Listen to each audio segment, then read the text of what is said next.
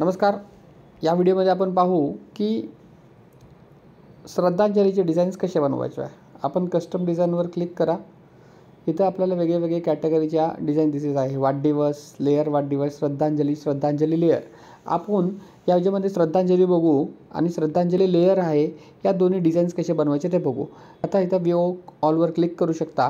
Viewer click केल्यावर आपल्याला विविध प्रकारचे इथं डिझाईन दिसेल. गृहीत धरा की आपल्याला ही डिझाईन एखादी घेतली आहे. त्याच्यावर क्लिक करा. त्याच्यामध्ये आपल्याला फोटो हवा आहे तर त्या फोटोवर एडिट करा.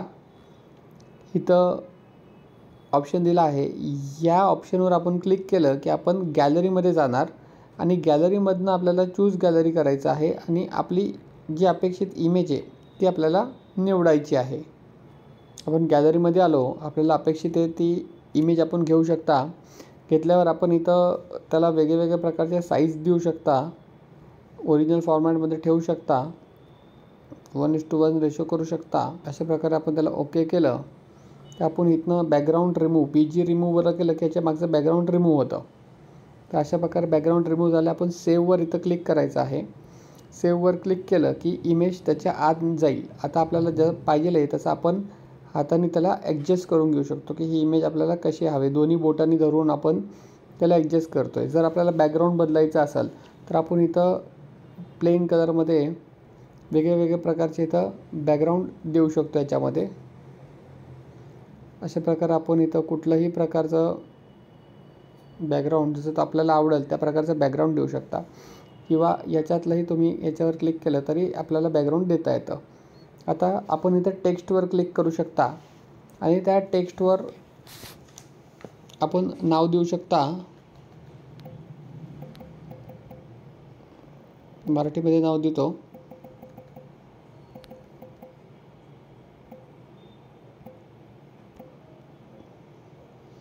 त्याला कलर करू शकतो आपण. इथं कलरचा ऑप्शन आहे. या कलरच्या ऑप्शनवर क्लिक करायचं आहे. आपल्याला हवा तो कलर आपण याच्यामध्ये घेऊ शकता. मी व्हाईट कलर घ्यायचा आहे मला, तर मी पूर्ण व्हाईट कलर घेतला. मला बोल्ड करायचं आहे, बोल्ड केलं. मला जर इथं फॉन्ट बदलायचा असेल तर मी एडिटवर क्लिक केलं तर मराठीमध्ये मी जाणार. मराठीमध्ये मी काय करणार, मला चेक करणार हा कुठला फॉन्ट मला आवडतो आहे.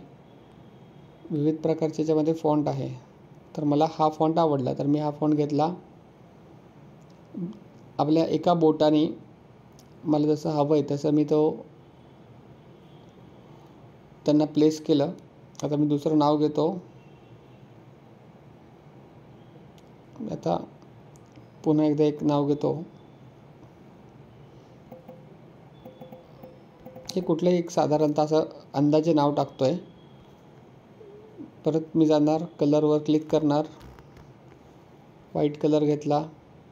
फॉन्ट घेतला. मगाचाच फॉन्ट निवडला.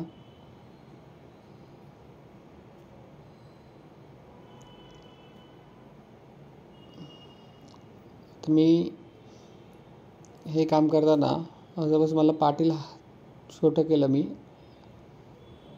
बरोबर ह्याला सरकू शकतो असं किंवा आपण त्या लाईनवर गेलो. इथं बघा आपण जर ह्याला अनचेक केलं ते दिसायचं बंद होतं.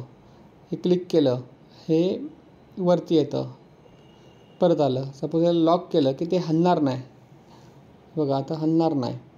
आता गृहीत धरू की आपल्याला हे हलवायचं आहे पण हे खालचं वरती पाहिजे, वरचं खाली पाहिजे. तर इथं आपण बघा 6 बटणं दिली आहे. 6 बटनाच्या याच्यावर डॉट दिले. त्या बटनावर क्लिक केलं की खालची इमेज वरती येते, वरची इमेज खाली येते.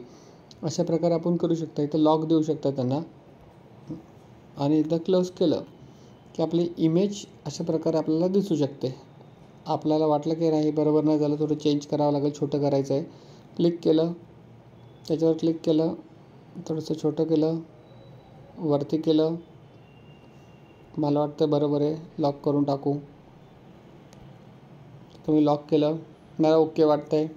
मला असं वाटतं की ते एखादं फूल पाहिजे होतं तर मी स्टिकरमध्ये जाईल. स्टिकरमध्ये खूप सारे वेगवेगळ्या प्रकारचे इथं कॅटेगरी आहे. तर मी ते कॅटेगरी भावपूर्ण श्रद्धांजली कॅटेगरी घेतो.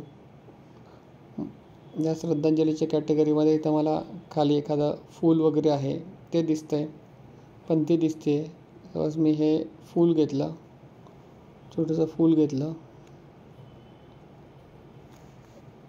आणि या फूलला मी इथे छोटंसं प्लेस करून इथे टाकलं.